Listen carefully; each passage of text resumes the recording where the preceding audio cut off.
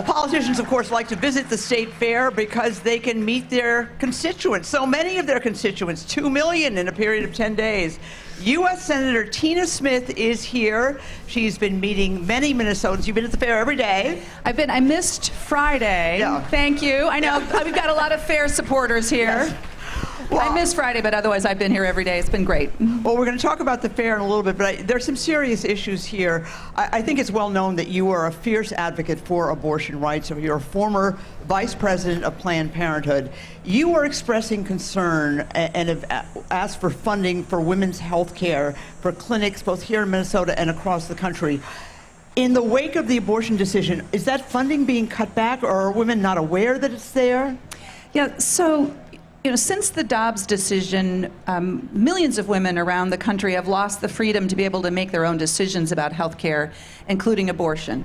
And what has happened is that in states where abortion is still legal, we've seen Minnesota, we're sort of an island around the Midwest. Yeah. People coming from all over the place to be able to get access to the care that they need. So I've worked on legislation to protect access to medication abortion, which is now over half of the abortions that happen in this country. But that is only there in states where abortion is still legal.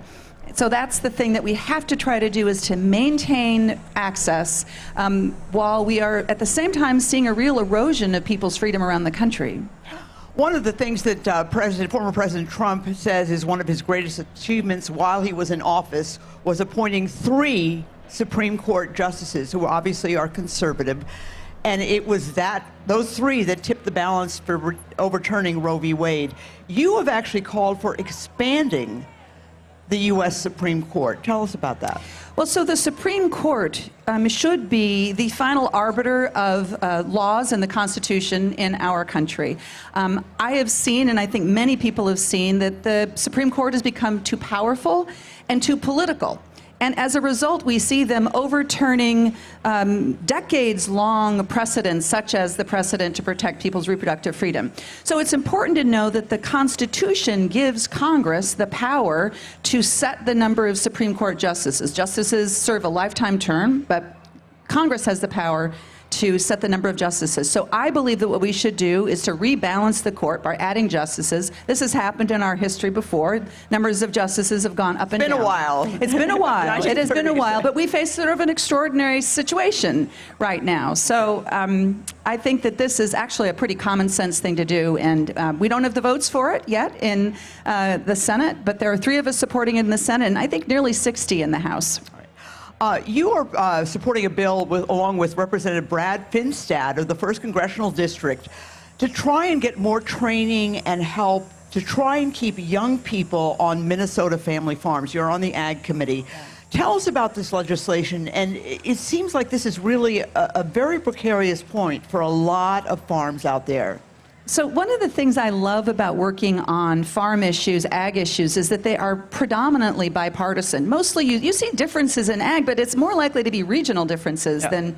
So Representative Finstad and I have teamed up on this. What it would do is create a pathway, almost like a pipeline, for young people who want to get involved in agriculture but don't have otherwise an opportunity for sort of the hands-on training. I think of it almost like an apprenticeship for where they agriculture. Would get paid. They would get paid. The farmer who is providing them with an apprenticeship opportunity would also get some compensation because they're handing on their knowledge. And in a world right now, in Minnesota and around the country, the average age of a farmer is somewhere between 58 and 62. Wow. So we're on the beginning of a huge transition in terms of ownership of family farms in around the country. And I want to make sure that those farms stay family farms run by humans and not big corporations.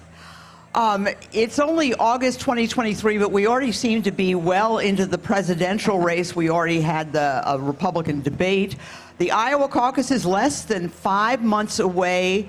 The Minnesota voting in a primary is in April, 7 months away. I want to ask you about President Biden. In your opinion, is he strong enough, well enough, to, at the age of 82, which he'll be if he's sworn in again, is he in a position to really lead this country for another 4 years? Absolutely, he is. And if you think about, first of all, President Biden has always been underestimated his entire career. Which is true. Nobody ever really thought he was going to be able to do what he did, and then he surpassed expectations. I know from my own experience, having been around him, that he is vibrant, he is strong, he is highly engaged. And then look at his record over the last 3 years, probably the most consequential record of any president in the last several decades. But he's not getting credit for it. Well, that's what campaigns are for, too. Okay. Campaigns are for laying Putting it out the out. issues, talking about the economic accomplishments that he's had, and then the voters get to decide. Before we say goodbye, I want to throw up this picture of you at the fair earlier. Folks, do you see it? There you go.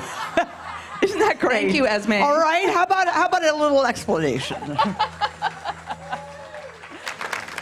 The proud international firefighters swept me off my feet when I was over at the AFL-CIO booth yesterday. We had a great time, and it was fun. You look like you're having a great time. Thank you so much, Senator Smith.